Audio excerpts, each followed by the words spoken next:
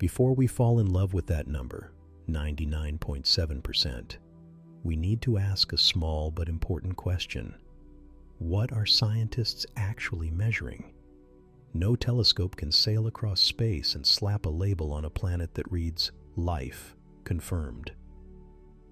What the James Webb Space Telescope and other instruments do is much humbler and, in a way, much more impressive. They collect light, break it into colors, and look for tiny fingerprints in that light that match the chemistry we know.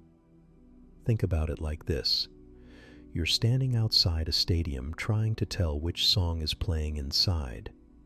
You can't see the stage, you can't hear the whole song. You only pick up a few muffled notes through the walls. If you hear the chorus perfectly, you'd be pretty confident about the song. But most of the time, you're making a best guess, comparing those muffled notes to the catalog of songs you know. That comparison, how well the sound you heard matches the song you think it is what scientists are doing with planetary spectra. When a planet passes in front of its star, some starlight filters through the planet's atmosphere. Different molecules, water, methane, carbon dioxide, ammonia, absorb specific wavelengths. Instruments measure the star's light at many wavelengths and produce a spectrum, a plot of brightness versus color. A dip at a particular wavelength looks like a whisper that says, something here is absorbing that light. Scientists build models that predict what the spectrum should look like with and without a certain molecule. Then they ask, does the data prefer the model that includes the molecule? And how strongly? That how strongly is where numbers like 99.7% come in. In plain terms, 99.7% usually means that the pattern the telescope recorded is extremely unlikely to be just random noise. The wiggly fluctuations you get from detectors, photon counting, and instrument quirks. Statistically, that's about a 3 sigma detection. If you imagine flipping coins or drawing random numbers, the odds of a fluke producing the same signal are tiny.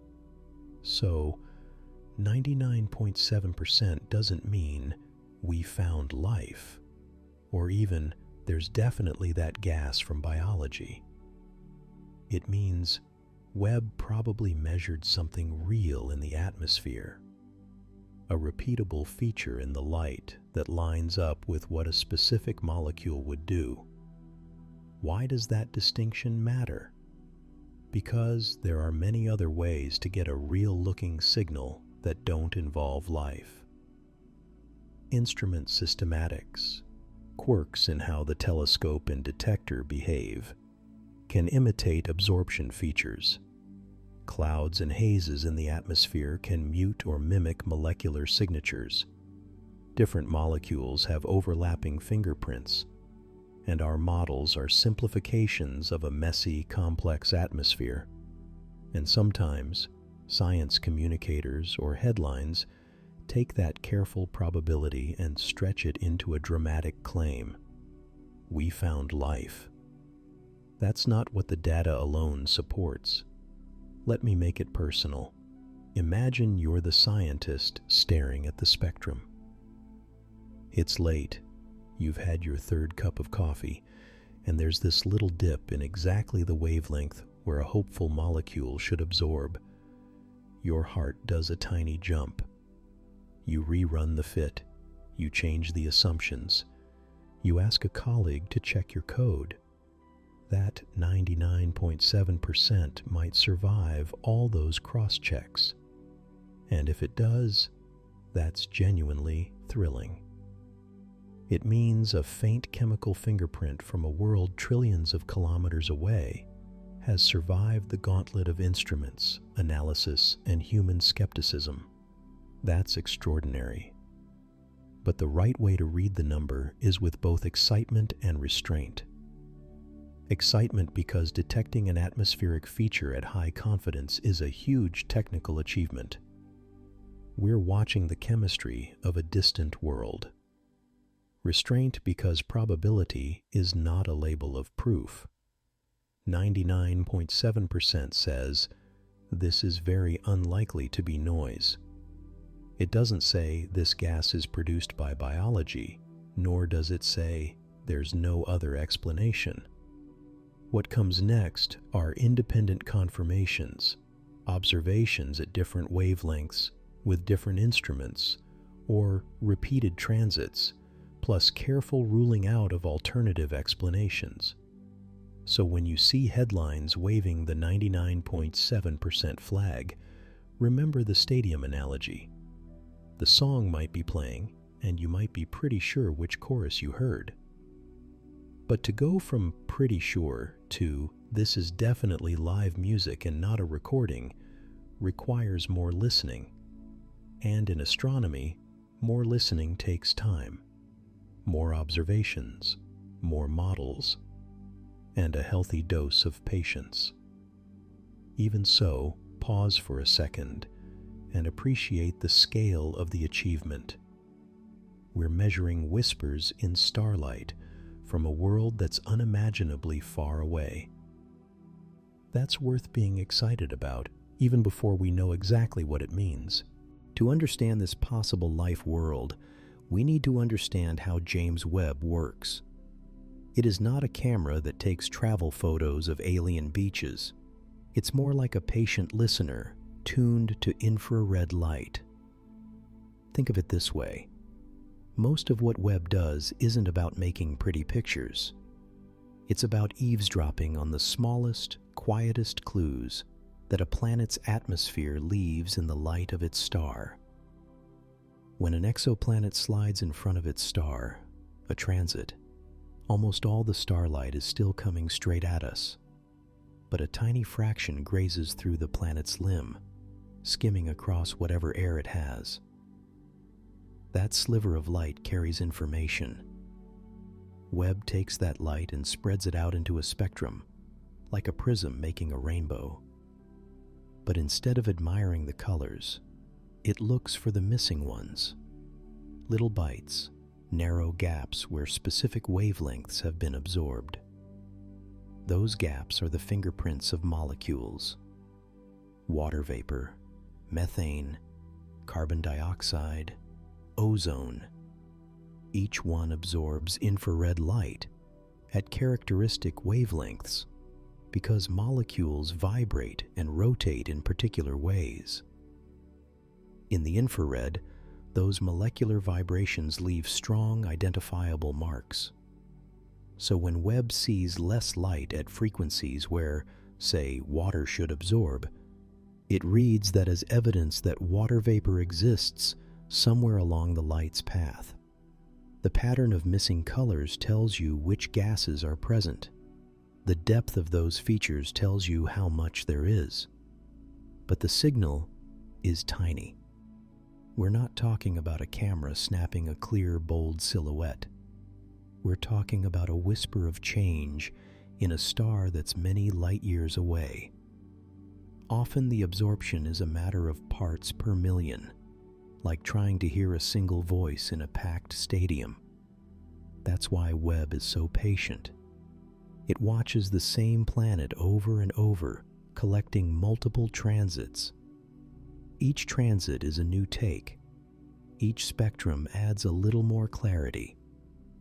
Scientists then stack those observations together, combining the light from dozens, maybe hundreds of transits, until the pattern stands out from the noise.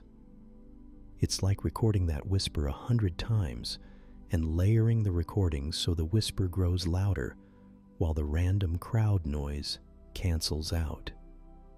A useful analogy is soup tasting. Imagine you're blindfolded and someone passes you a spoonful of broth from a pot you can never see.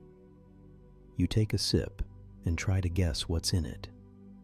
Maybe you notice salt, or a hint of lemon, or a green herb. But one tiny sip might not tell you everything.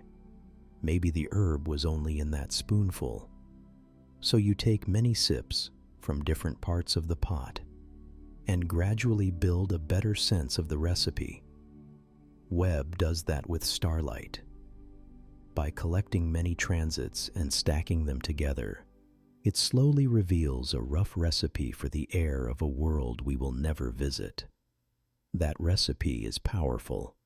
From it, we can infer whether a planet is puffy and hydrogen-rich like a mini Neptune, or whether it has a heavier, high-pressure atmosphere more like Earth or Venus. We can detect molecules that hint at temperature structures, clouds, and chemical processes. We can even spot unexpected signatures, things that don't match our models and force us to rethink chemistry under alien conditions. Every new detection is a data point that helps answer the bigger questions. Is this place hot enough to boil away water? Are there greenhouse gases trapping heat? Is the planet bathed in an ocean of hydrogen that would make breathing as we know it impossible? And then there's the emotional part. For me, what gets me every time is the intimacy of it.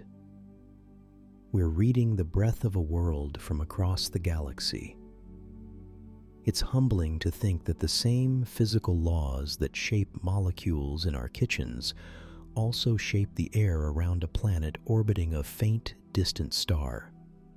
There's a quiet romance in turning a faint dip in infrared light into a list of chemicals, and in knowing those chemicals tell a story about climate, chemistry, and, maybe, someday, biology. Of course, the method has limits. Clouds and hazes can mask molecular features, making a spectrum look flat even when an atmosphere exists. Stellar activity, flares and spots, can mimic or hide signals. Instrumental systematics must be understood and removed with care. That's why the patient listener metaphor is so apt. Webb doesn't just take one look and decide.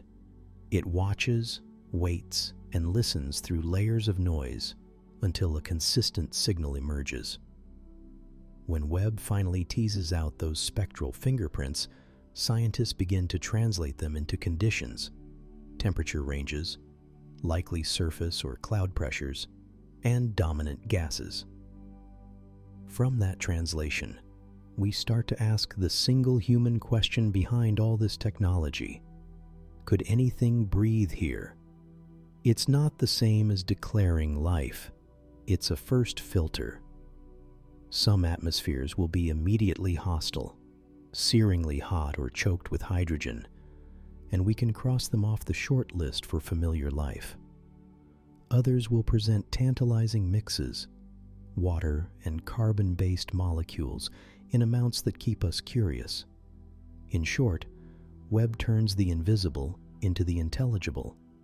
It doesn't hand us a postcard from an alien shore, but it gives us the chemical vocabulary to describe that shore's air.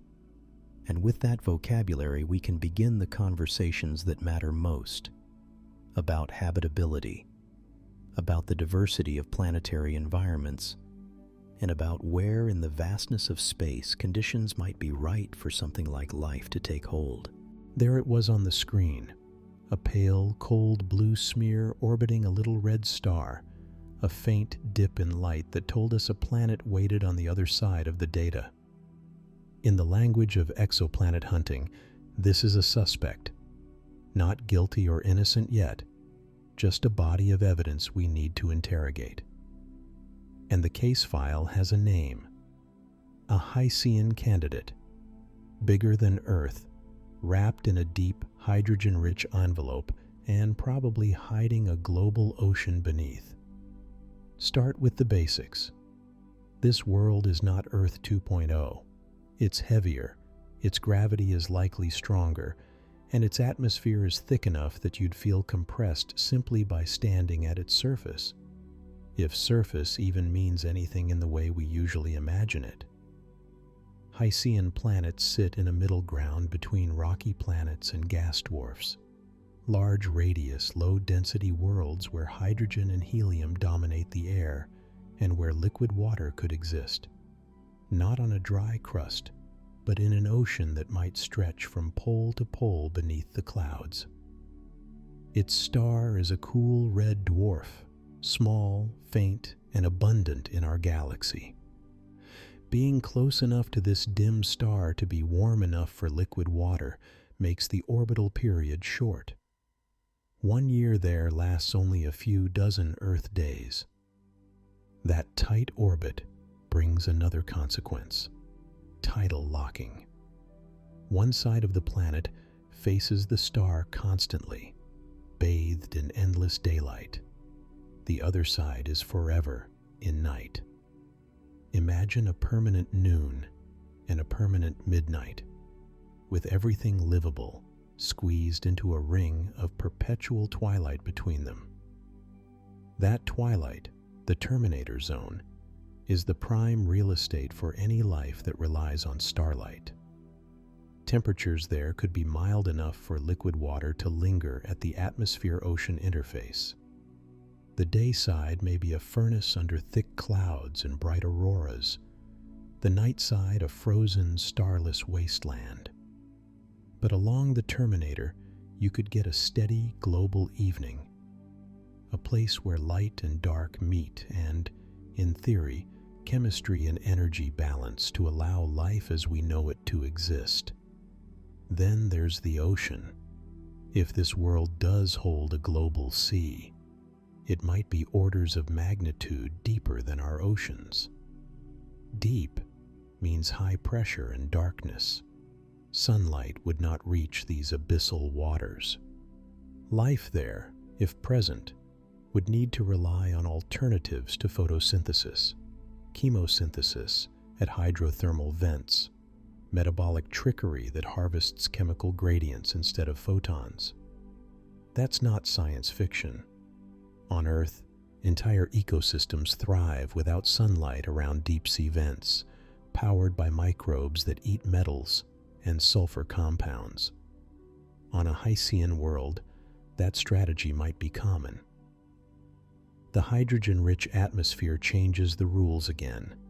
Hydrogen is a light, buoyant gas, but in the quantities we're imagining, mixed with other molecules and under strong pressure, the whole envelope acts like a blanket. It shifts the planet's spectrum, affects how heat is trapped and transported, and determines which gases can rise into space where our telescopes can see them. Hydrogen atmospheres can be excellent at scattering blue light, and if methane or other hydrocarbons are present, they can tinge that blue toward green. Hence the image of a cold blue world, beautiful, remote, and alien.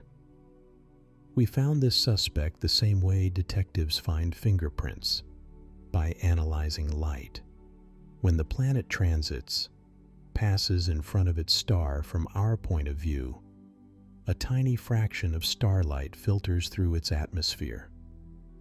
Sensitive spectrographs can split that light into a fingerprint of molecules: water vapor, hydrogen, methane, perhaps even hints of more complex organics.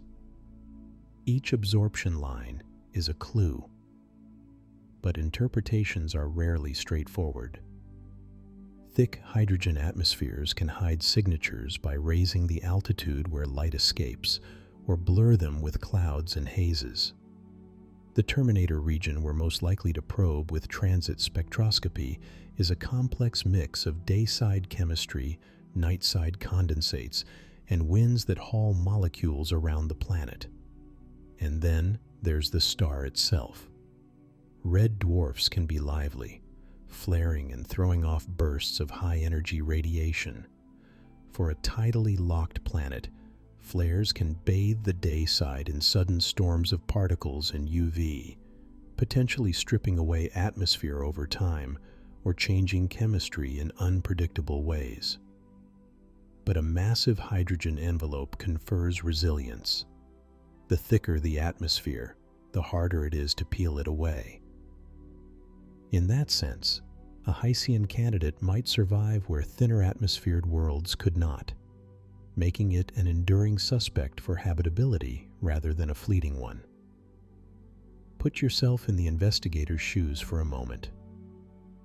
Picture pressing your palm to a viewport as the planet stretches across the star, a rim of cobalt sky, a broad cloud deck roiling under long-lived storms, and at the terminator, a soft band of gold-blue twilight with fine mists rising where air meets ocean. You'd be struck not just by the alienness, but by a peculiar intimacy. This world is a place where environments are extreme and stable in ways we rarely see on Earth.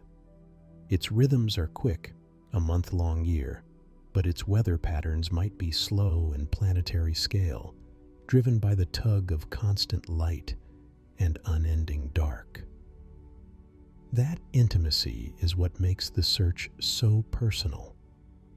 When we look at spectra and model atmospheres, we're not just parsing numbers, we're imagining what it would mean for life to arise and persist in conditions utterly unlike our own. We're translating chemistry and physics into stories about survival, adaptation, and resilience. A Hycean world doesn't offer a cozy copy of Earth. It offers a different solution to the same question: how does life find a foothold in the universe? At the same time, we have to be cautious. Clouds and hazes can masquerade as biosignatures. Abiotic processes can produce gases we might mistake for signs of life. So the interrogation continues. More transits with better spectrographs, observations in wider wavelength bands, and comparative studies of other candidates. We build a case not on one anomaly, but on a pattern of evidence. Meeting this suspect doesn't give us a verdict. It gives us a direction. We now have a target, a cold, distant world that challenges our preconceptions about habitability and forces us to expand the kinds of places we'll look for life. Next up is a closer look at those fingerprints in the light. What molecules are present, how they're distributed, and whether any of them might be true signatures of biology or simply the byproducts of geochemistry in a hydrogen sea. The investigation is just getting interesting. So where does that dramatic probability come from? Picture yourself on a windswept beach at dusk. The air is full of salt and the faint, savory smell of kelp and decay. Tiny hints that life is doing its thing beneath the waves. On Earth, almost all of one particular gas, dimethyl sulfide, DMS for short, comes from life in the oceans. Microscopic plankton near the surface make it as part of their biological processes and release it as they live and die. It's a signature of active biology in the place you'd least expect a loud shout, the quiet, churning surface of the sea. Now imagine trying to smell that same hint of life in the atmosphere of a planet tens of light years away. That's what astronomers were doing with Webb.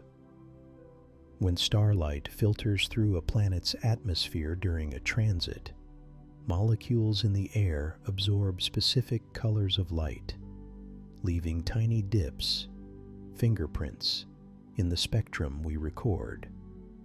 Those fingerprints are faint to begin with, and they get smeared and muddled by stronger, more obvious absorbers like methane and carbon dioxide.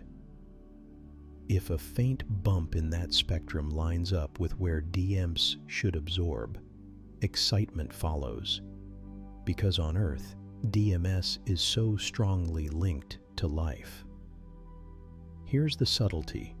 The quoted 99.7% usually refers to how confident the team is that what they saw is not just random noise in the detector or a statistical fluke.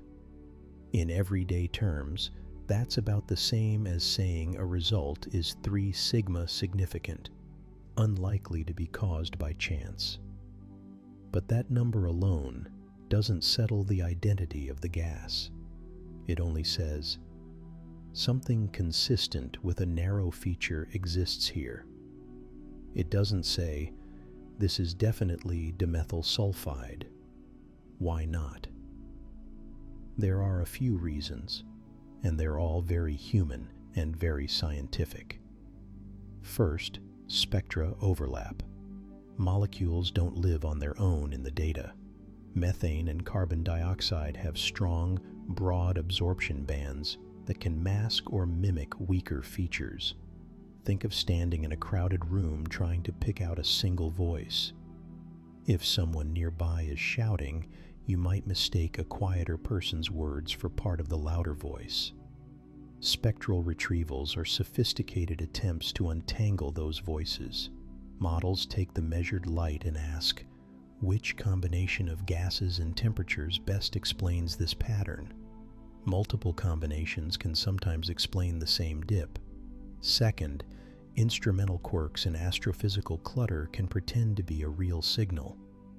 Webb is an incredibly sensitive instrument, but that sensitivity also means it detects systematics, tiny calibration errors, slight changes in the telescope's thermal environment, or stellar activity from the host star. Teams spend months testing whether a feature is stable across different observations and processing methods. A 99.7% not noise claim usually comes after many such tests, but it doesn't eliminate the possibility that an unknown systematic or an unmodeled overlapping absorption is masquerading as DMS. Third, chemistry matters. On Earth, DMS is short-lived in the atmosphere. It's reactive and doesn't hang around for long. That's actually part of what makes it an attractive biosignature. To sustain measurable amounts, you need an ongoing supply. If a planet shows DMS, and we can't find an easy geological way to produce it in large quantities, then biology becomes a tempting explanation. But the universe loves surprises. There could be abiotic processes we haven't yet considered, exotic photochemistry driven by a different stellar spectrum, unusual volcanic chemistry, or surface-atmosphere interactions under conditions not found on Earth that create DMS or a close mimic. That brings us to the heart of why astronomers whisper about this. The stakes are enormous and the margin for error is small.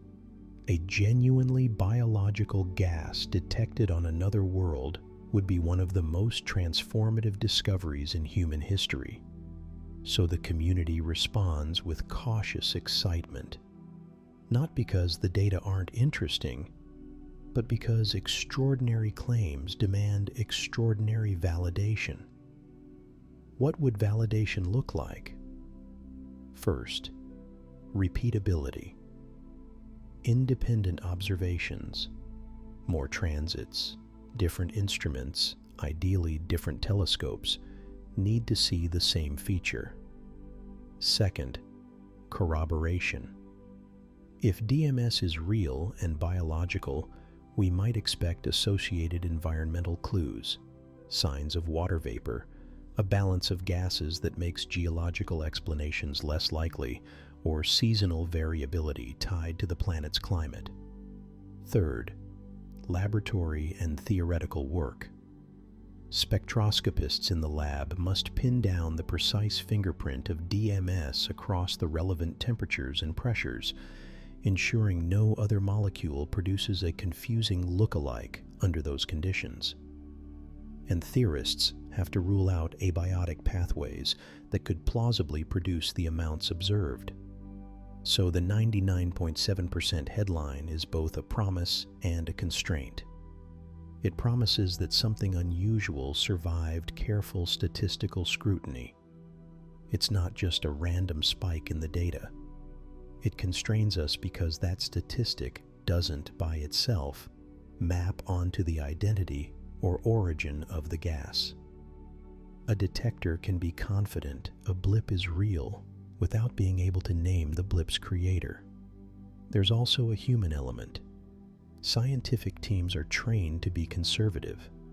Reputations and careers hinge on being right. That conservatism shows up in language: hint, candidate, consistent with. All phrases meant to communicate interest without overreach. When the whisper becomes a chorus, several teams, multiple instruments, consistent models, then the whisper moves toward a confident statement.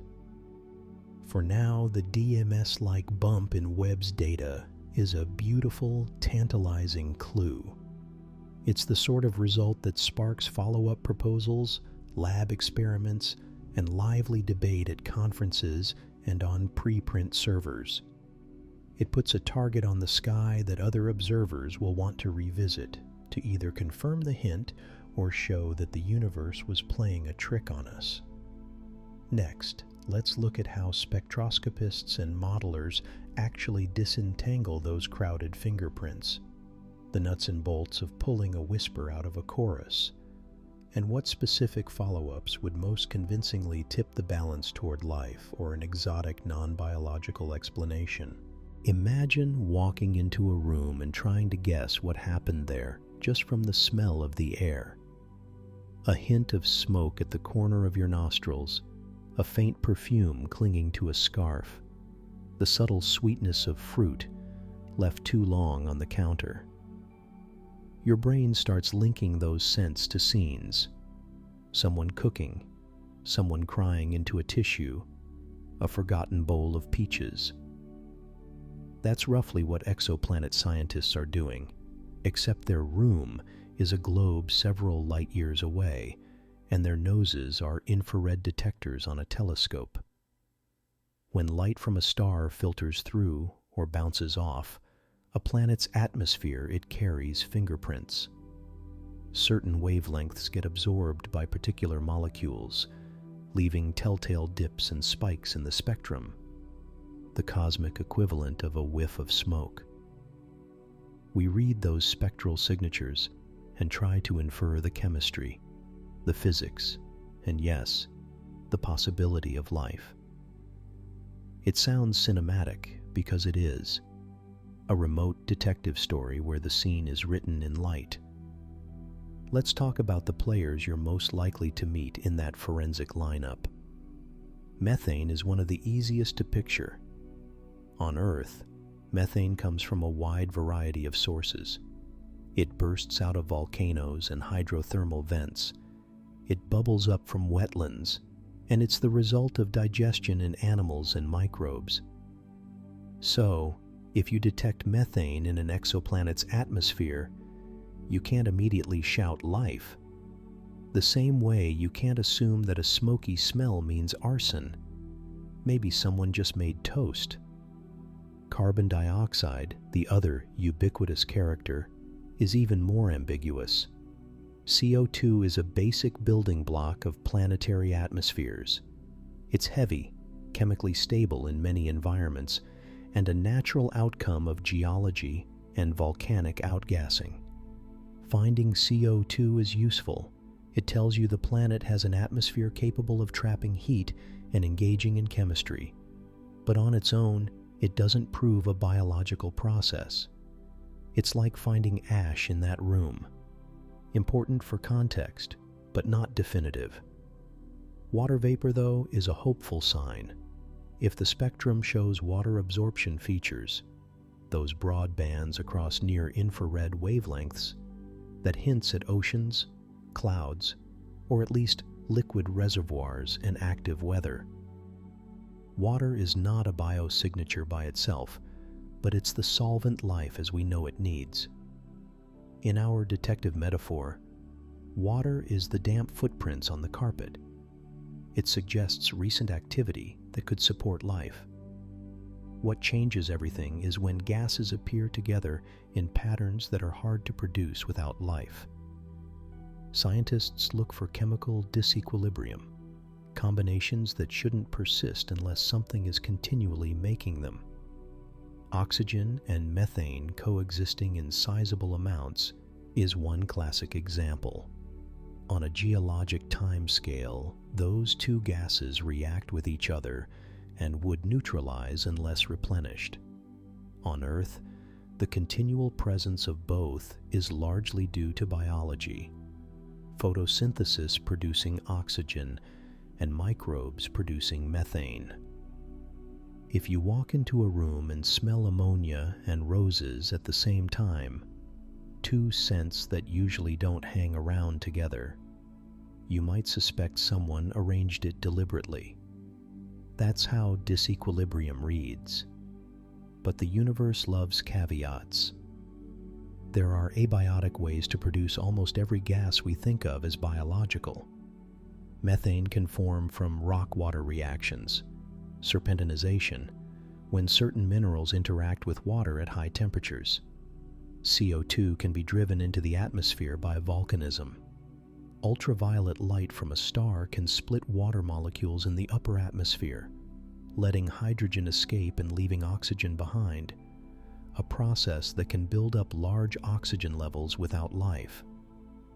On planets orbiting small, active red dwarf stars, this photolytic process is a real worry for false positives. So scientists don't just look at single molecules, they look at the whole chemical story. How do they read that story? One of the most common techniques is transit spectroscopy. When a planet passes in front of its star, a sliver of starlight filters through the planet's atmosphere. Molecules in that atmosphere absorb specific wavelengths, imprinting spectral lines onto the starlight. Instruments like the James Webb Space Telescope and future missions can pick up those faint fingerprints, but only with a lot of photons and careful subtraction of noise. Detecting a molecule at parts per million abundance is like catching a single distinct scent in a crowded room while wearing noise-canceling headphones. Doable, but you must be methodical. Another method is direct imaging, where we block out the star's glare and look at the planet's own reflected or emitted light. That method gives different kinds of spectral clues, particularly useful for certain molecules and for assessing surface conditions. Ground-based, extremely large telescopes will open more possibilities here, letting us peer at smaller, Earth-like worlds with greater detail. And then there's the practical side of interpretation. When a spectrum shows a methane feature, scientists run models that simulate atmospheric chemistry under a range of temperatures, pressures, and stellar radiation environments. They check whether geology alone could produce the observed levels. They consider whether clouds or hazes might mask other important lines, creating a misleading picture. They factor in the star's activity, the planet's age, its mass, and how likely it is to retain or lose certain gases. It's all Bayesian, probabilities updated with each new piece of evidence. Let's bring this back to something more human. Think of yourself as a juror. You don't convict on a single testimony. You weigh multiple witnesses, cross-check alibis, and consider motive and opportunity. Detecting water vapor and methane together on a temperate world is like hearing two witness accounts that corroborate one another. It raises the stakes. But if the star has been especially energetic, or if the geological context could explain both statements, reasonable doubt remains. That's where the phrase, fragile pattern, fits. Right now, in several exoplanet atmospheres, we're seeing hints. Methane here, water vapor there, odd ratios of gases that don't quite fit neat abiotic stories. It's tantalizing. It teases us with the possibility that we're seeing a planet operating out of balance in a way life would explain. But the picture is still fuzzy. The data are noisy, the models are imperfect, and alternate geological explanations haven't been ruled out. The responsible approach is both humble and ambitious. Humble, because nature is clever at mimicking life's signatures. Ambitious because we now have the tools to test these ideas. Follow-up observations at different wavelengths, repeated transits, direct imaging campaigns, and improved atmospheric chemistry models will either sharpen that fragile pattern into a clear portrait or will find a more mundane explanation. Either outcome advances our knowledge. Here's the human heart of it. When you read a room by smell, you're not just collecting data, you're telling a story about people, choices, and events. Exoplanet scientists are doing the same with gases. They're piecing together a narrative from whispers in the spectrum, trying to reconstruct environments that might support, or even host, life. Every new detection is another line in that story. Some chapters will disappoint, some will surprise, and a rare one might change everything. So as we scrutinize the gases like clues at a crime scene, we keep our senses sharp and our minds open. We follow the chemistry, understand the physics, and respect the uncertainties. Because the universe isn't trying to fool us, it's just vast and complicated. Our task is to read it carefully, patient as detectives, ready to be convinced when the evidence finally becomes unmistakable. Picture a world where the horizon is never broken by a cliff or a shoreline, just an endless, breathing ocean that wraps the globe from pole to pole. If the most hopeful interpretation of the data is right, this planet could be exactly that, an enormous sea, a living blue-green sphere shrouded in mist and ruled by water.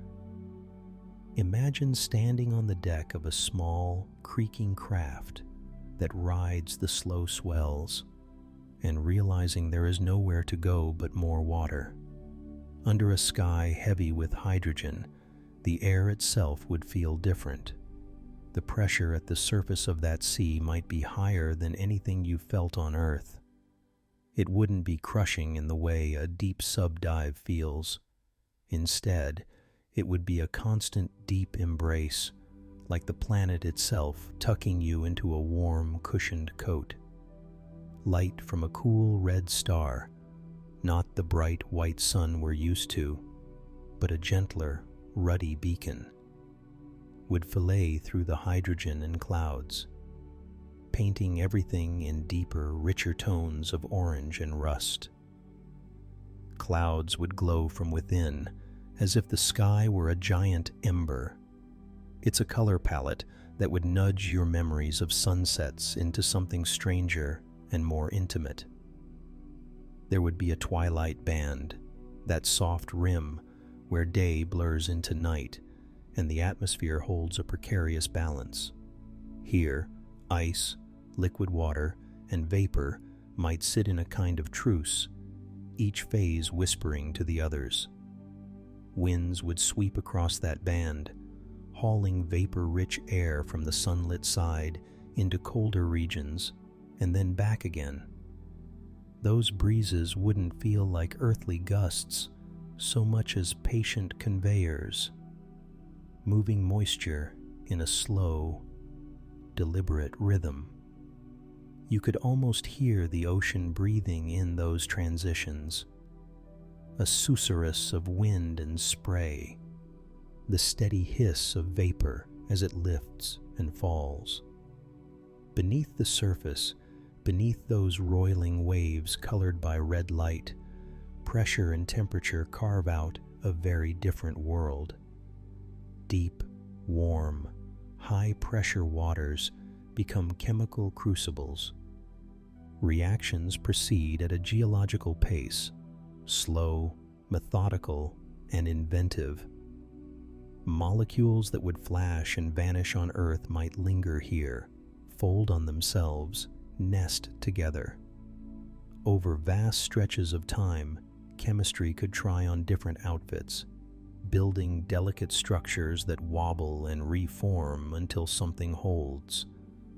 Maybe in some sheltered eddy or along the lip of a subsea trench, a configuration emerges that can nudge a copy of itself into being. Not life as we know it exactly, but something that learns the subtle art of repetition. Try to imagine life that doesn't know coasts. No mountains to climb, no rocks to sit on with your feet dangling in the shallows, no forests rustling with hidden stories. Instead, picture films and mats of microscopic life adrift on the surface, like endless islands of slime and light. They drift, age, fragment, and coalesce again, riding currents that never tire. If you could shrink down and hitch a ride on one of those films, you'd watch communities assemble in a choreography dictated by tides and chemistry rather than by soil and sunlight. Tiny structures, membranes, filaments, protocells, would float between being dissolved and being fortified by the ocean's chemistry.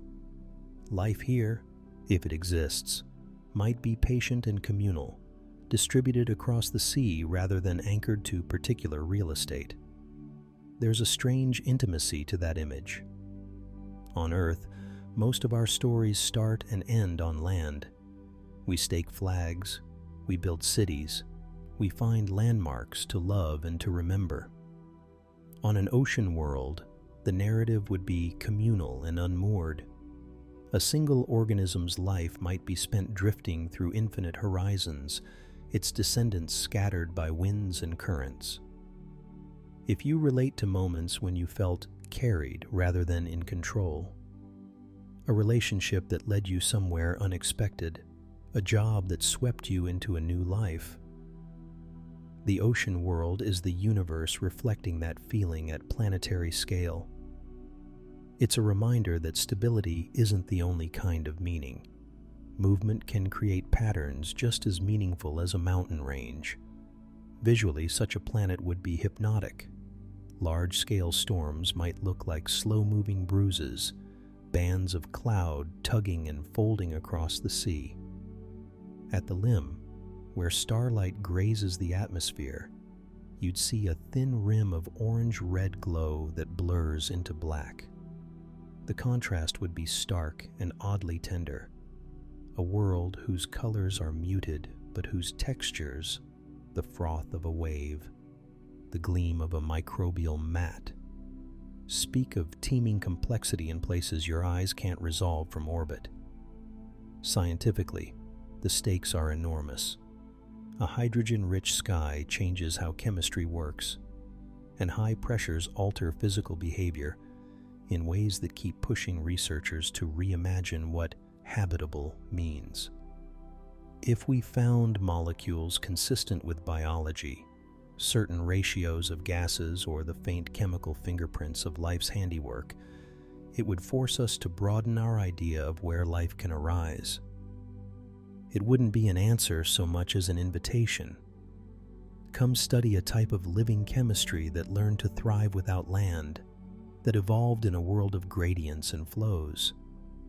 On a personal level, thinking about a planet wrapped in ocean mist asks us to expand our empathy. We tend to picture alien life as exotic and alienating. Instead, this vision suggests a different kinship. Imagine being a scientist hearing faint evidence of metabolism across light years and feeling the same thrill you do when you finally learn something new about a childhood friend. Or imagine being a parent thinking about a child who will never see a shore and wondering how their stories would form without beaches as anchors. Those small human responses, curiosity, tenderness, longing, are how we translate cold data into a world we can love. So when you look up at a red star and picture that endless sea, let your imagination surf the waves. Think about what it would mean to live without shores, to float in a perpetual global afternoon, to learn survival strategies written in chemistry and current instead of soil and stone. The planet might be strange, but the impulse to explore it, to understand how complexity assembles from simple parts, is distinctly familiar. In that way, an ocean world isn't utterly foreign. It's another mirror for the same questions we ask here. How does life begin, and what forms can it take when you remove the anchors we take for granted? Life without land. Imagining alien ecosystems. Now imagine a world where the word shore doesn't exist. No beaches, no cliffs, no soil to sink your feet into. Just one unbroken, glinting ocean under a sky you barely understand. It's easy to picture life as something that walks or climbs or flowers, because that's what our senses learned growing up on land. But what if life never needed to leave the water? On Earth, the first living things almost certainly bubbled up in the sea. For billions of years after that, nothing larger than a microbe drifted through the waves. Entire ecosystems unfolded at microscopic scales long before anything grew a leg or an eye. Think about that for a moment. Picture yourself on a small ship miles from any land, looking down into a faint green wash in the water. Except the color comes not from trees, but trillions of tiny, single-celled organisms. They don't have leaves or faces. They're more like chemical factories that float and feed on light or minerals. If you could slow down the clock, you'd see these drifters slowly change the chemistry of their planet's air, atom by atom. Over centuries and eons, those tiny shifts in the atmosphere add up. They alter the color of sunsets, the composition of clouds, the faint fingerprint astronomers can read from light years away. That's one of the most astonishing things about searching for life beyond Earth. You don't need skyscrapers or radio towers for a planet to announce that something living is at work. Telescopes like the James Webb Space Telescope aren't looking for technicolor cities. They're looking for chemical signatures. A world that quietly exhales certain gases in the right mix, oxygen and methane together, or weird sulfur compounds in the right proportions, can tip us off that life is doing chemistry that geology alone struggles to mimic. On an ocean world, those signals could be subtle. Early life on our own planet didn't make oxygen-rich air overnight.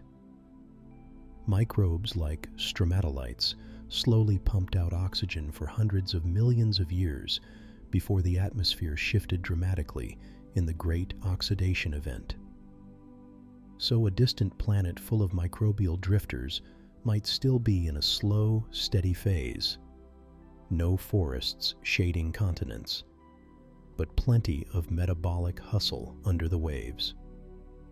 For an alien astronomer watching from a nearby system, the atmosphere might look dull or normal. For us, catching a hint of imbalance, a smidge more methane than expected, a trace of oxygen that shouldn't be there, would be a revelation.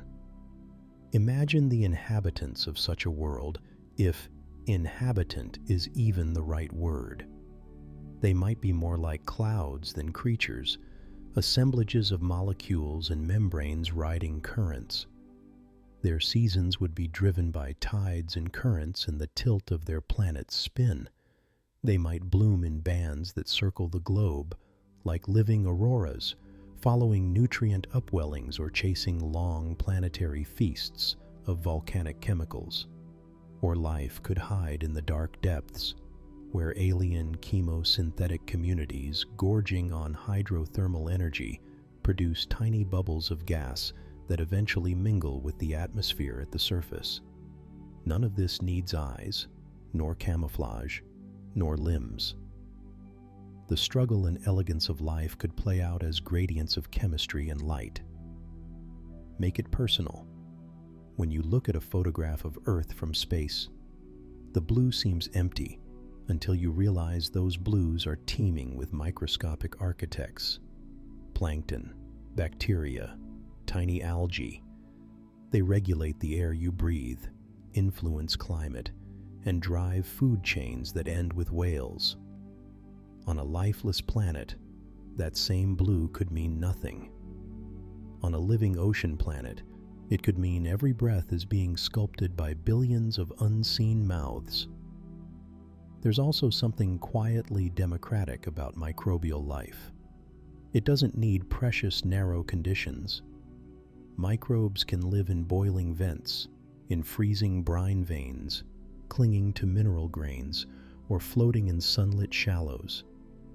That adaptability expands the real estate where life could exist on a water world, not just at the surface, but in ice-sealed seas, beneath thick skies, in oxygen-poor layers where strange metabolisms thrive, and in transient layers of sunlit water after storms. From our vantage point, these nuances translate into complex atmospheric chemistry, sometimes a faint ozone signature, sometimes a puzzling excess of methane, sometimes both at once, in proportions that make geochemistry alone an unlikely explanation. Which brings us back to telescopes. They measure light filtered through atmospheres. They read the chemical fingerprints that gases leave in starlight. They can't see a single microbe, but they can detect the combined exhalation of trillions. So when astronomers debate whether a certain spectral line means life or volcanoes, they're really deciding whether an entire planetary ocean is whispering its existence to the cosmos. That whisper might be subtle, and it will take patience to hear, but it would be enough. A planet that looks chemically out of balance is a planet where something is doing work, metabolizing, competing, altering its world. So the next time you picture an alien planet, try to imagine its silence not as emptiness, but as a slow, patient chorus. No animal songs, maybe no dramatic continents, but an undersea city of molecules turning sunlight and rock into breath.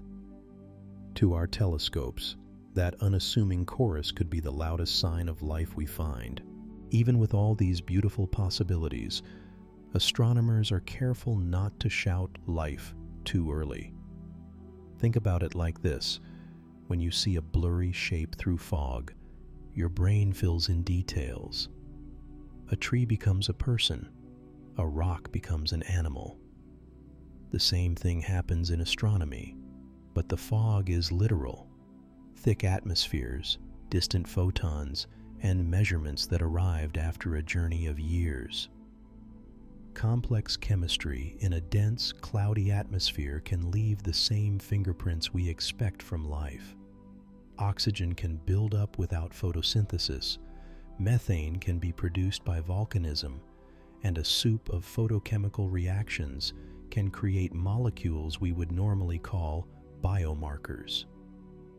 Nature is surprisingly good at creating convincing imitations. Our models are another part of the caution. Picture trying to sketch a landscape you've only seen through a haze. You get the broad strokes right, but details are guesses. We build atmospheric and climate models for exoplanets based on physics and chemistry we know. But there are so many unknowns: surface composition, cloud layers, a planet's past history, that the models have to make simplifying assumptions.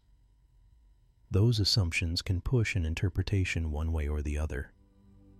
So when a spectrum looks like it contains, say, methane and oxygen together, teams ask, could a non-biological pathway produce this?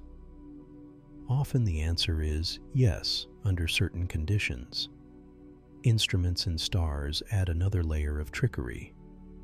Detectors have quirks, small biases, temperature-dependent behaviors, electronic glitches that can imprint patterns into the data. Telescopes like Hubble, Spitzer, and the newer JWST are incredibly precise. But that precision comes with the need for exquisite calibration. Tiny, repeatable instrumental effects can masquerade as real spectral features if not handled correctly. On top of that, the light we collect passes through a living, dynamic star. Stars flicker, spots rotate in and out of view, flares erupt suddenly. Those stellar variations can change the observed spectrum during an observation and mimic or hide planetary signatures. Separating what's happening in the star from what's happening in the planet is one of the hardest parts of the job. And then there's us, the scientists. We're human. We love surprises. We also want to be the ones to discover something monumental. That mix can lead to wishful thinking, the temptation to fit the data to the most exciting story.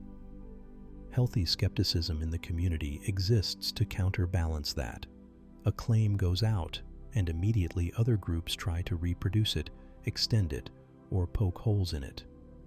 Sometimes those challenges reveal real problems. Sometimes they strengthen the original result. Either way, this back and forth is how truth emerges.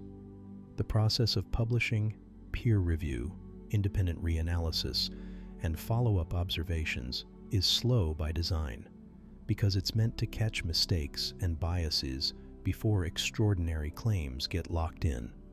A good example to hold in mind is how detection significance is reported. When a team says a feature is detected at 99.7% confidence, the so-called 3 sigma level, that doesn't mean we are sure it is alive. It means statistically that the feature is unlikely to be a random fluctuation in the data. It's the equivalent of saying, we are pretty sure the feature is real. But real can still be an instrumental artifact, a misinterpreted stellar effect, or a non-biological chemical process. In other words, confidence in a measurement is not the same as confidence in a biological explanation. This might sound frustrating, like we're eternally cautious, but that caution is a strength. Extraordinary claims require extraordinary evidence. When a potential biosignature is announced, the right scientific response is not to be pessimistic, but to be rigorous. Reproduce the observation with different instruments. Look at the same planet during different seasons.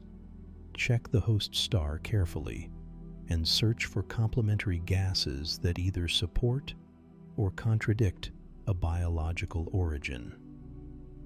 Over time, building a case involves not just one flashy detection, but a web of consistent, independent observations, along with a deep understanding of possible non-biological pathways. It's also human and relatable how scientists react emotionally. I've talked to astronomers who describe the moment they first saw a tantalizing spectral line. They remember the spike of excitement, the phone calls, the sleepless nights running checks. At the same time, they remember the equally strong feeling that grips them when a colleague points out a potential flaw.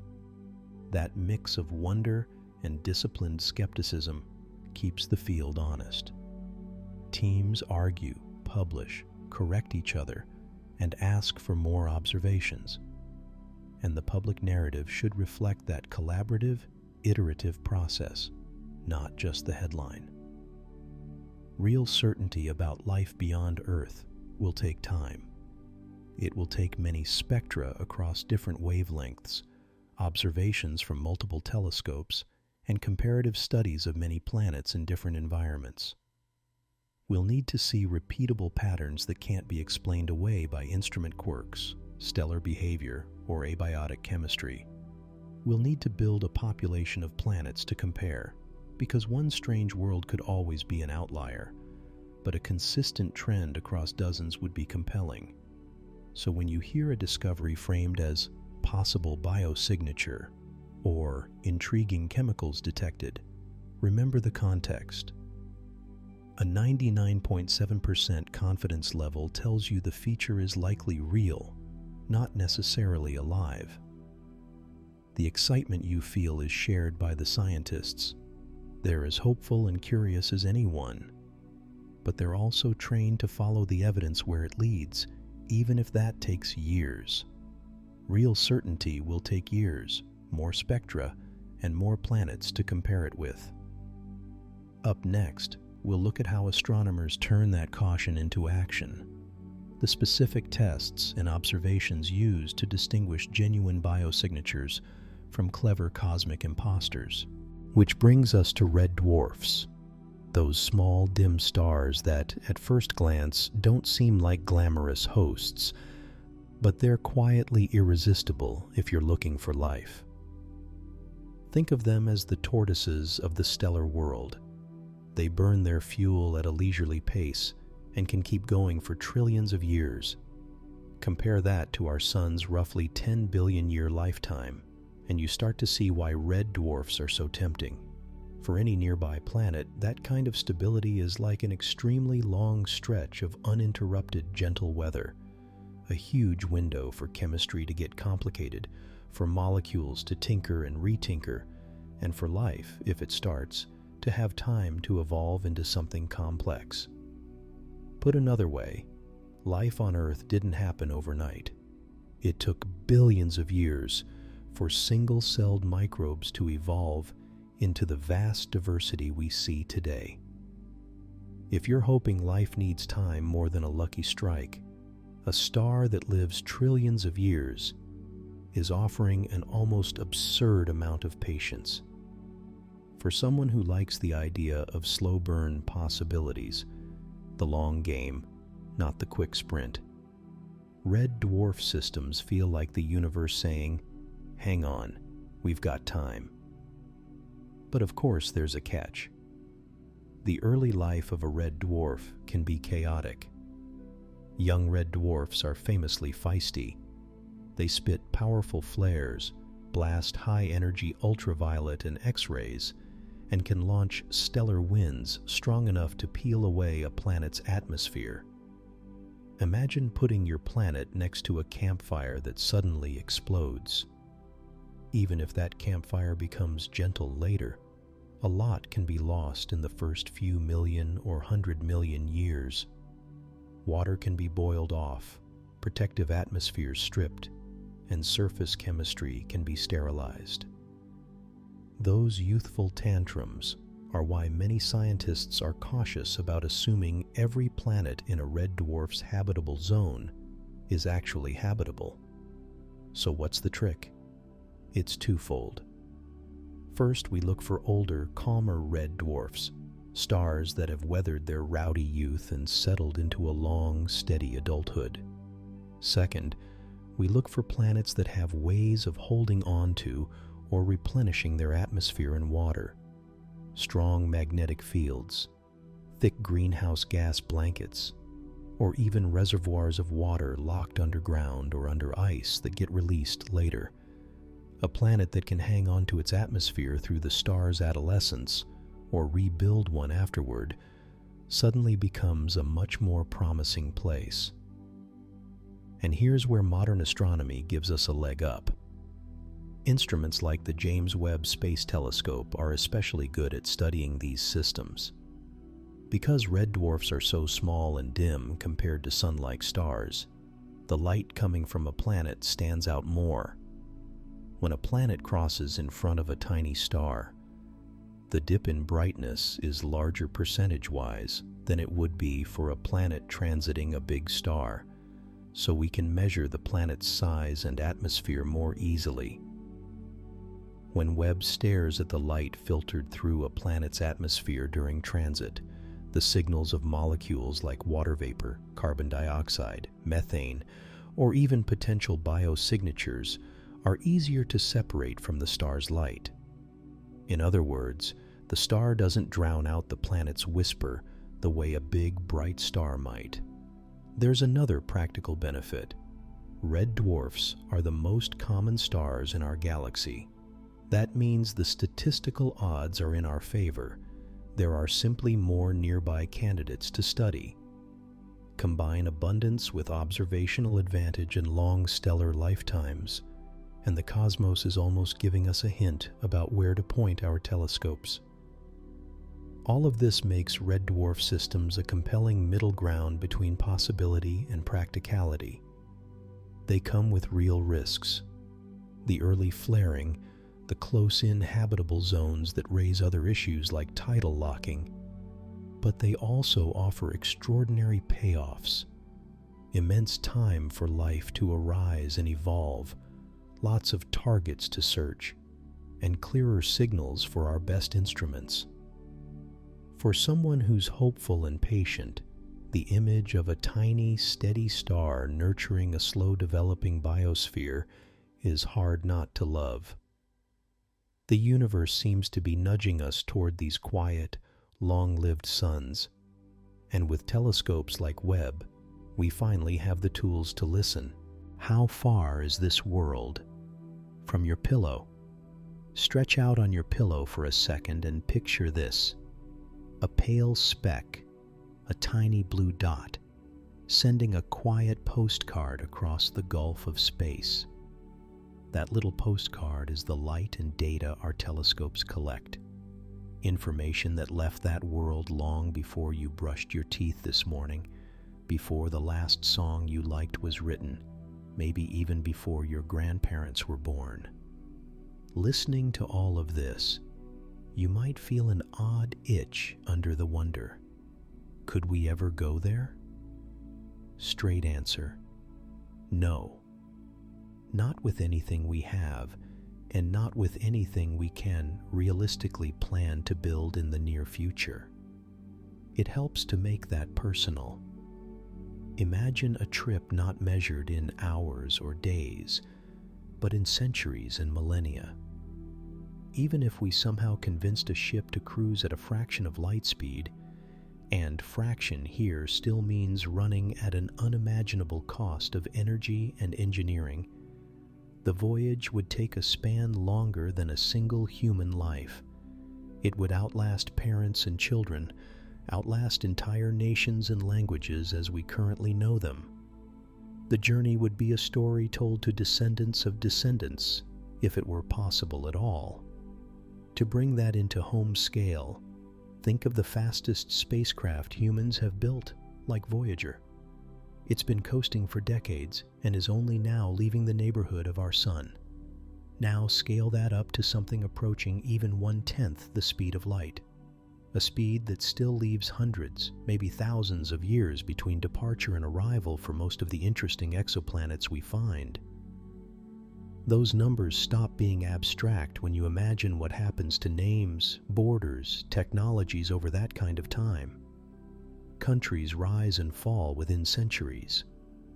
Languages shift. Cultures remix. The human story is not fixed like a planetary orbit. It's more like a river that carves new channels. A mission that lasts centuries would almost certainly arrive at a destination that belongs to people whose worldviews are unrecognizable to us today. So what does that mean for you, lying in your bed under your blanket?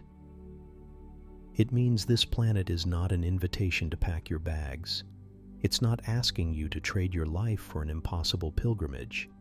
Instead, think of it as a message in a bottle, a tiny, fragile communication sent across the dark and found by instruments built by people not all that different from you. That bottle tells us something gentle but profound, that the chemistry for life might not be a cosmic fluke. The same elements and molecules that stirred here on Earth rearrange themselves across the galaxy. Water, carbon, and the basic chemical scaffold for biochemistry are common ingredients. When we see a world that looks like it could support life, even if all we get are photons and spectra, it nudges our belief away from life is a miracle unique to us toward life could be a common outcome when conditions line up. That shift doesn't obligate you to anything. It isn't a call to action, and it doesn't make the universe suddenly smaller or more demanding. You can relax into that distance. There's comfort in the fact that this world is close enough for light to reach our telescopes, close enough that we can tease out clues about its atmosphere, temperature, and chemistry from safe, convenient observatories back here on Earth. Yet it remains far enough that it will never ask anything of you personally. The planet won't knock on your door at 3 in the morning asking for supplies. You won't be expected to defend it or colonize it. You can stand in your kitchen and read its story on a screen, sip your coffee, and let the wonder arrive as information, not obligation. There's another way to think about the calm this distance affords us. Because the information arrives as light, it's a one-way conversation across time. Photons that carry the signatures of seas or gases left that world before we knew to look for them. They're relics. When we decode them, we're not interacting with a living, present society. We're reading a record, a history preserved in electromagnetic waves. That keeps the encounter safe for us emotionally. We are observers, not guests or governors. It's intimate in a contemplative sense, but not invasive. It allows us to reflect on the possibility of life elsewhere without the impossible logistical and ethical complications of physical contact. And the message itself, what a humbling, generous thing it is. It says quietly that the universe is capable of making things we recognize, planets with atmospheres, with chemistry amenable to life, perhaps even with the rudiments of biology anywhere from microscopic to complex.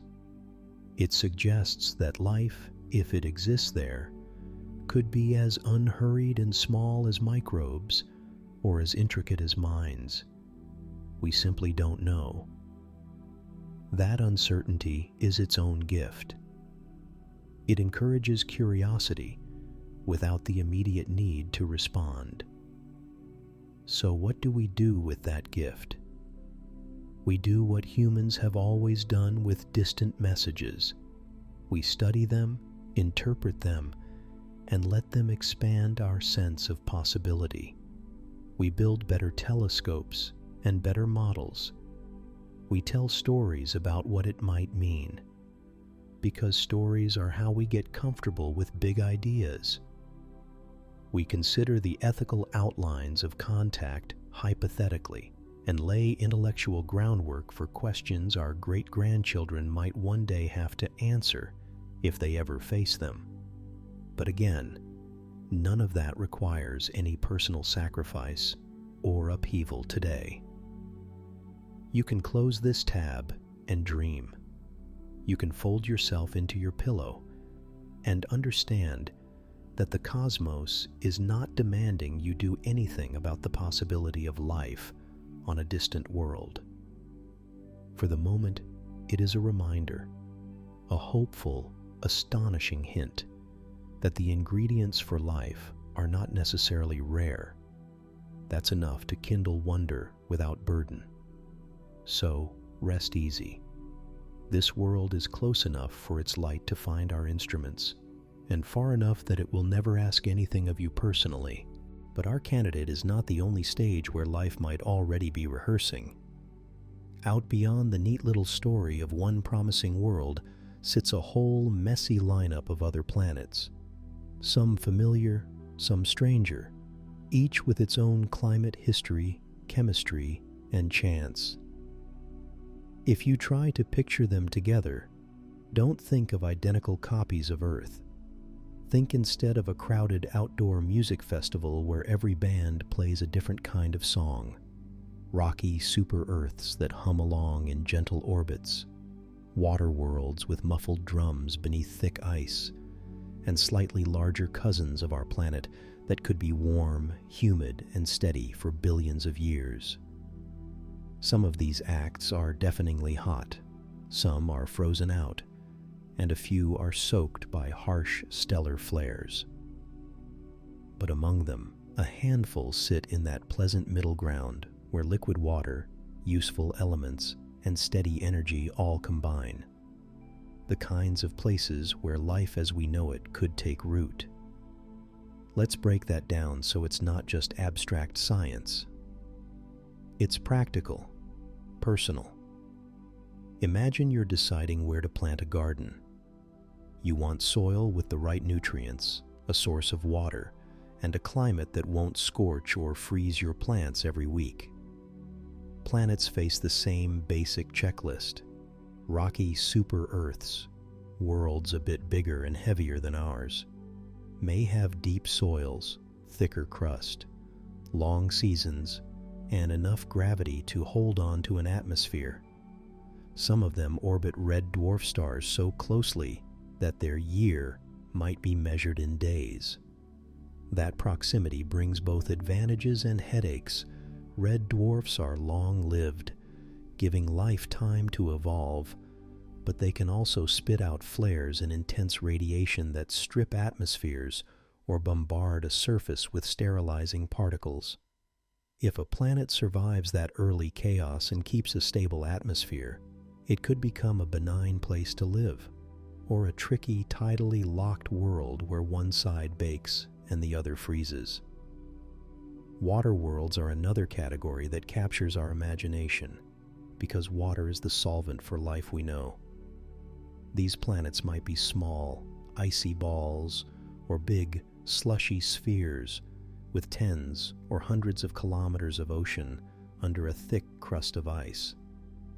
For life, that's both hopeful and frustrating. An entire ocean under ice could be a cozy, sheltered environment.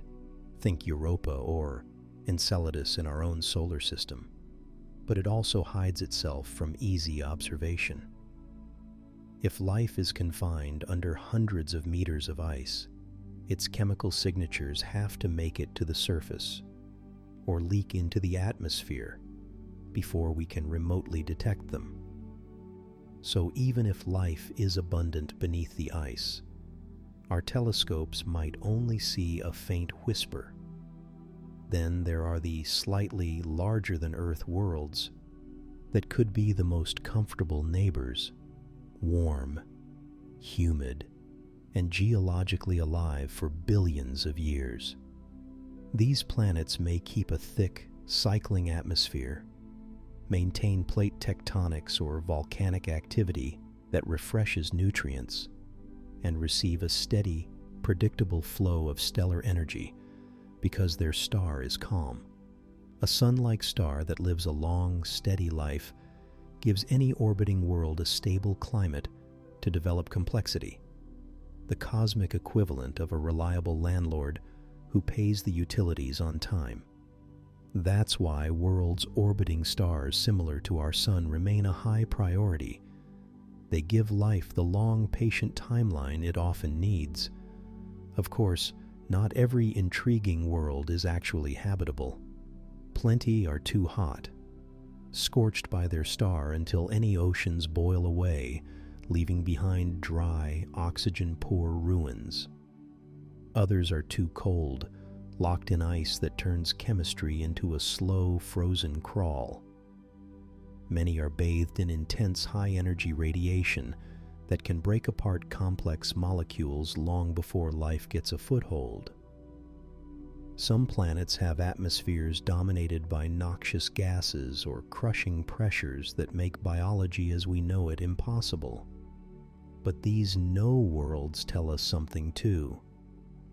They refine our search, helping us understand which combinations of mass, composition, orbit, and stellar behavior tend to be fertile and which are dead ends. That's where JWST and the next generation of telescopes come in. And here's where it gets personal, because the story is as much about patience and method as it is about optimism. These observatories will study planetary atmospheres one by one, like a very careful listener in a crowded room. They'll watch starlight filter through a planet's atmosphere during transits, or they'll take direct spectra of the faint light reflected or emitted by a world. From those spectra, we pull out the fingerprints of molecules: oxygen, methane, carbon dioxide, water vapor, ozone, nitrous oxide, and more. But we don't just tally molecules. We look for patterns, combinations of gases that shouldn't happily coexist unless something is actively replenishing one of them. That phrase in the field, patterns of gases that do not want to stay in balance, is a beautiful way to think about biosignatures. On Earth, oxygen and methane are constantly trying to cancel each other out. Methane breaks down in an oxygen-rich atmosphere on relatively short timescales. So if you see both together in significant amounts, something must be putting methane back in the air. And one of the best explanations is life. Seeing oxygen alongside compounds that are chemically opposed to it is like hearing two musicians playing radically different tunes, but keeping perfect time. It makes you suspect there's a conductor. Each odd chemical pairing is like a raised hand in a crowded room of planets, quietly asking to be noticed. But hands in the air don't prove anything on their own. There are decent false positives, abiotic processes that mimic biologically produced gases. Ultraviolet light can split water and drive off hydrogen, leaving oxygen behind. Volcanic activity can pump methane into the atmosphere. Exotic surface chemistry or photochemistry in a planet's atmosphere can create gases we might misinterpret. So astronomers don't rush to shout "Eureka" the moment they see an imbalance. Instead, we collect context: the star's type and activity level, the planet's mass and orbit, the presence of other molecules, the temperature structure of the atmosphere, maybe even surface reflectivity. It's a detective story, and each bit of evidence helps rule out natural, non-biological explanations. Here's another personal angle. The act of scanning these atmospheres feels like reading strangers' diaries in search of a shared human habit. You won't find it in the handwriting alone. You need patterns of behavior. Do they keep their energy budget steady? Do they have liquid on their surface? Are they recycling nutrients? Telescopes are the tools for that observation. James Webb is showing us how to do the first careful reads, measuring atmospheric features in worlds that were once only catalog entries. The telescopes that follow, giant ground-based observatories and future space missions designed specifically to hunt for habitable planets and their biosignatures, will let us broaden the study to hold up more planetary diaries and look for recurring themes. And that's crucial because life, if it exists elsewhere, may be rare, stubbornly quiet, or only detectable in certain stages of planetary evolution. By canvassing a whole range of planets, red dwarf worlds, sun-like companions, super-Earths, and water worlds, we increase our odds. Each planet is an experiment in nature's lab. Some experiments fail, some teach us about failure modes, and some might surprise us. The more we sample, the better we'll understand the space of possibilities, what atmospheres can look like, which chemical fingerprints are reliable signs, and how common life-friendly conditions really are. So as we move forward, think of the lineup of worlds as both a buffet and a ballot. We get to taste many different environments, and we get to vote in the slow, methodical language of spectra on which ones deserve further scrutiny. Each gas that refuses to settle into balance is a raised hand. It's not proof by itself, but it's a reason to lean in and listen longer. And as the instruments advance and the catalog grows, those hands will multiply, or they won't. Either answer will teach us something profound about our place in the universe. So when you hear 99.7% chance of life, it's easy to imagine a nearly full progress bar, that satisfying little green stripe about to hit 100%, confetti ready to fall. I get that feeling too. There's a thrill in round numbers and big percentages. But in practice, that 99.7% is usually not a report card for life on a planet. It's more like a flashlight shown on a single measurement. Imagine an astronomer pointing a spectrograph at a distant world and seeing a bump in the light at a wavelength that matches molecular oxygen, or methane, or something else we associate with biology. The instrument reports a feature. The team runs the statistics and finds that the bump is very unlikely to be a random fluctuation. That's the 99.7%. In technical terms, it often corresponds to a 3 sigma detection. The data are 3 standard deviations away from what pure noise would produce. That tells us we can trust that the telescope probably saw a real feature in the light coming from that planet. But trust in a measurement is only the first step. Turning that trusted bump into a statement about life requires at least 3 extra things. A chain of reasoning about how that molecule could be produced without life. A model of the planet's environment to see if abiotic chemistry could fake the signal, and a frankly philosophical estimate about how readily life arises when conditions are right. Each of those is full of uncertainty.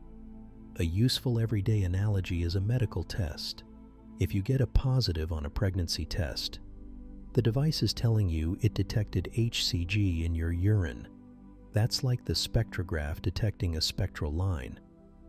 But whether that positive means you're pregnant depends on more. Was the test used correctly? Could there be a false positive because of medication? How likely were you to be pregnant before you took the test? In science speak, that last bit, how likely you consider something before you see the data, is called the prior. It matters a lot. So let's unpack the layers. First, instrument confidence.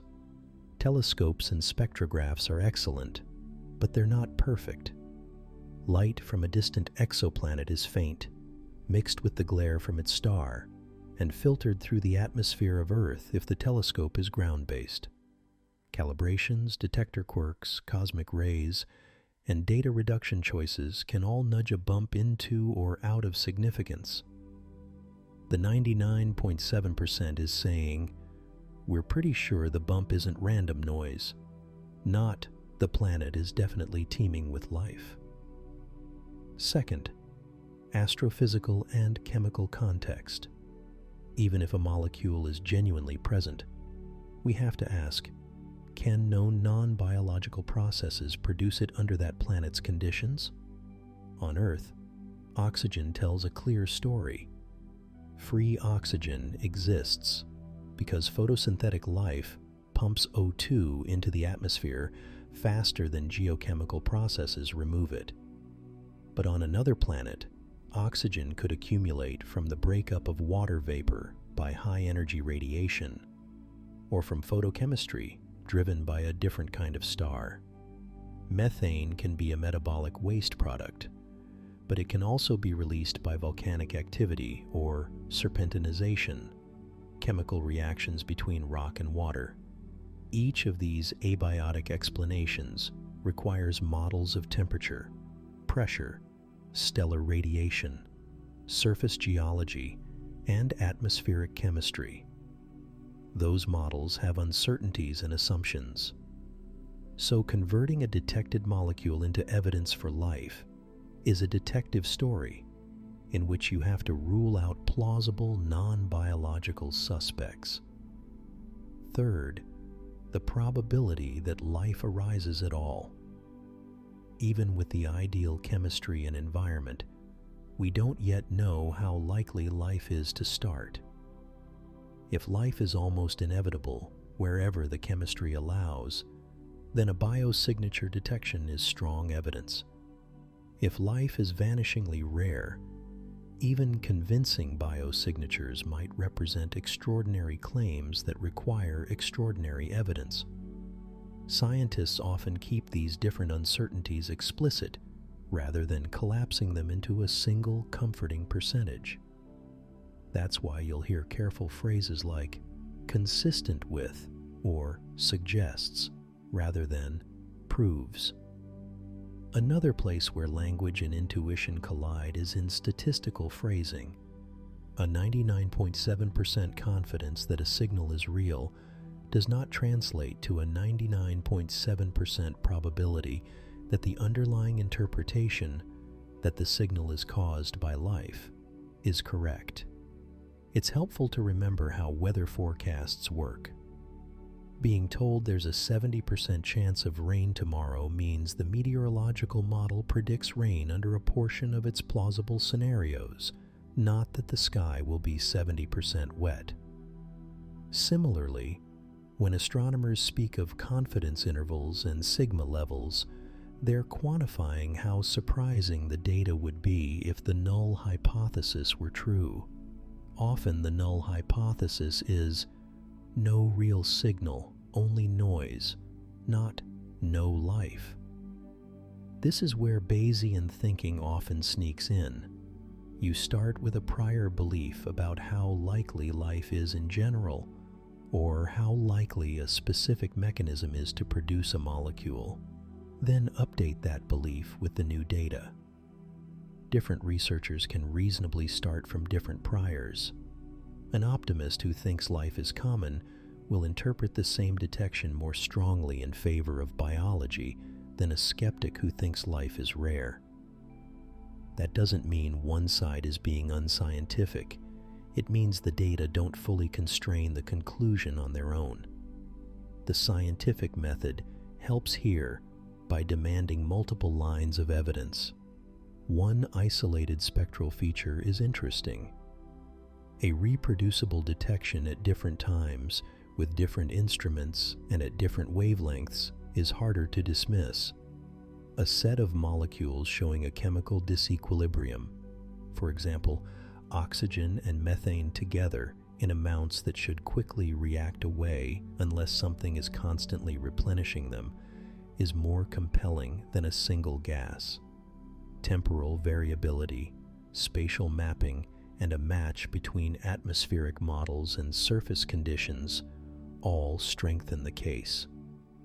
On a personal level, I think part of the public frustration and fascination comes from the romantic contrast between what we hope for and what the data allow us to say.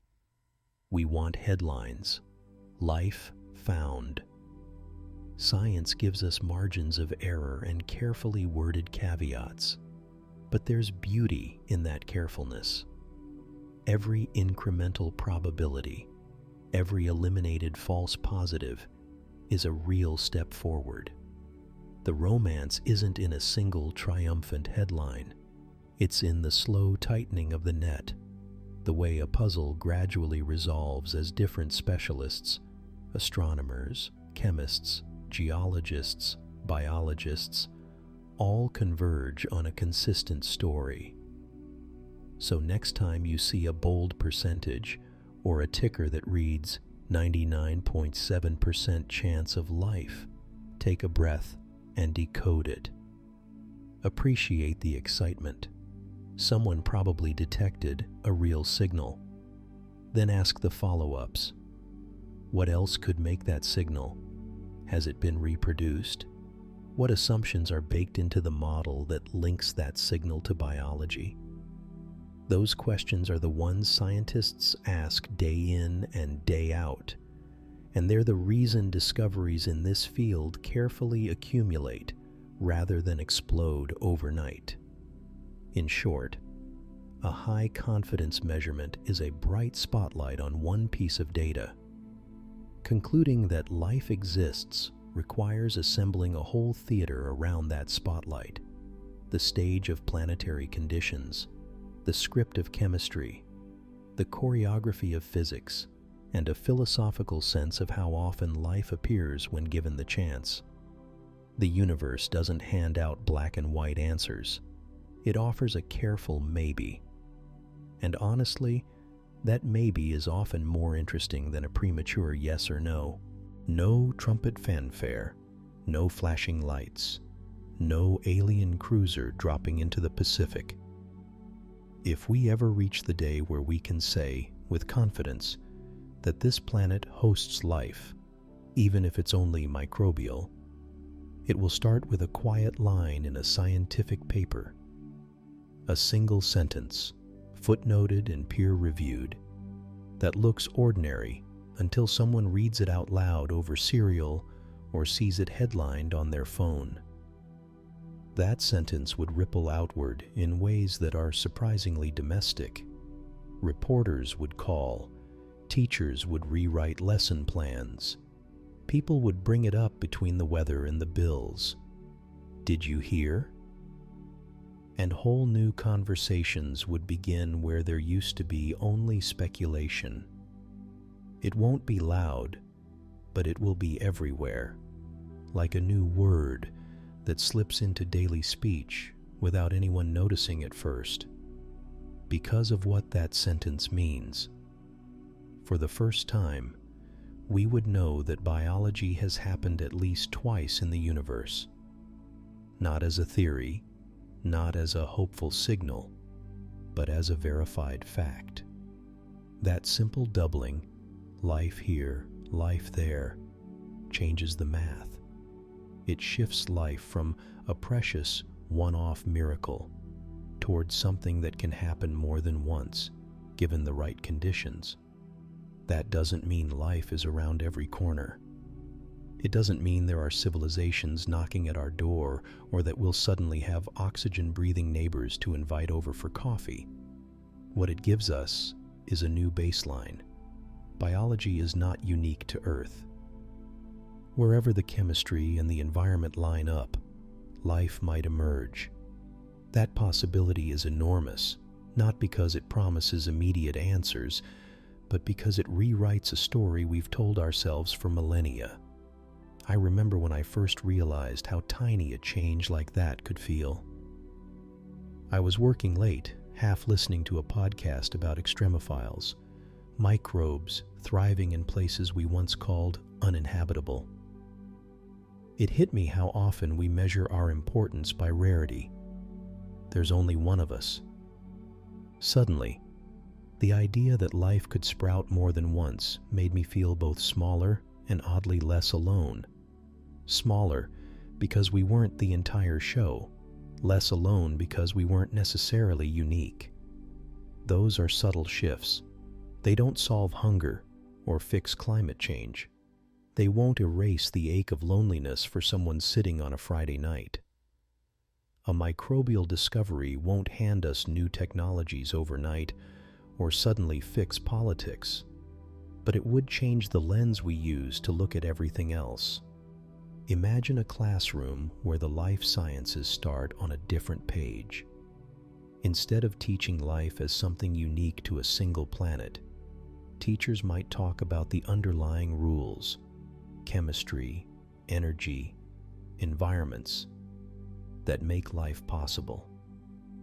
The questions we ask of nature could broaden. Conservation might gain a cosmic humility, not we alone, but we as part of a larger pattern. That might not stop habitat destruction tomorrow, but it might give the next generation a deeper sense of stewardship. Culturally, reactions would be everywhere and varied. Some people would feel vindicated. Their spiritual or philosophical beliefs might easily absorb the news. Others would feel unsettled. Institutions that have long claimed a special status for humanity would need to reframe their stories. But human cultures are surprisingly adaptable. We bend stories to fit new facts all the time. Plate tectonics, evolution, the age of the Earth. This would be another adjustment, and it would be messy, interesting, and very human. For scientists, a confirmed second origin of life would be a revolution in curiosity. Suddenly, the search for life doesn't feel like hoping to find a single needle. It feels like mapping an orchard. We'd refine our instruments, target new worlds, and ask more precise questions. Does life follow the same patterns? Does it use the same molecules? Can it evolve complexity? Each finding would be a new clue about how general the rules of life really are. And for everyday people, I think the most interesting effect would be on imagination. Stories change when you know you're part of something bigger. The myths we tell, the science fiction we write, even the jokes we make, they all shift tone. For some, it would be comforting, no longer the lonely exception, but part of an enormous invisible tree of living worlds. For others, it might be humbling in a way that sharpens responsibility rather than dulling it. That's the quiet power of the discovery. Perspective. It doesn't carry a cosmic warranty. It doesn't cure our private pains, but it gently alters how we arrange our priorities. If life is not a freak of chance locked to a single rock, maybe we value life more, broadly. Ours, theirs, future life, we can help protect. Maybe we invest more in science, in planetary protection, in not being careless with a biosphere that might be one example among many. So when that line finally appears and the ripple reaches you, whether you skim it between emails or reread it at 2 a.m., it will be a small shock and a patient invitation. An invitation to imagine differently, to ask new questions, to accept that our story is part of a much larger book. Not the end of loneliness, not the solution to our problems, but a gentle rearrangement of how we see ourselves. Not a miracle fixed on one rock, but one branch on a larger, invisible tree of living worlds. For now, that tree is still imagined, and that distant planet is only a pattern of light on James Webb's detectors. The 99.7% headline will fade. New numbers will replace it, and future telescopes will sharpen or erase the hint of life in those skies. But tonight, it has already done something gentle and important for you. It has given your mind a faraway place to wander while your body rests. Somewhere out there, a world circles a quiet star, perhaps wrapped in clouds above a dark, endless sea, perhaps perfectly empty and waiting. As your eyes grow heavy, you don't have to choose which story is true. You can simply let the possibility rock you, like a small boat on a wide cosmic ocean, until sleep finally arrives. Tonight, tomorrow will bring new numbers. For now, keep this little orbit of wonder with you. Rest.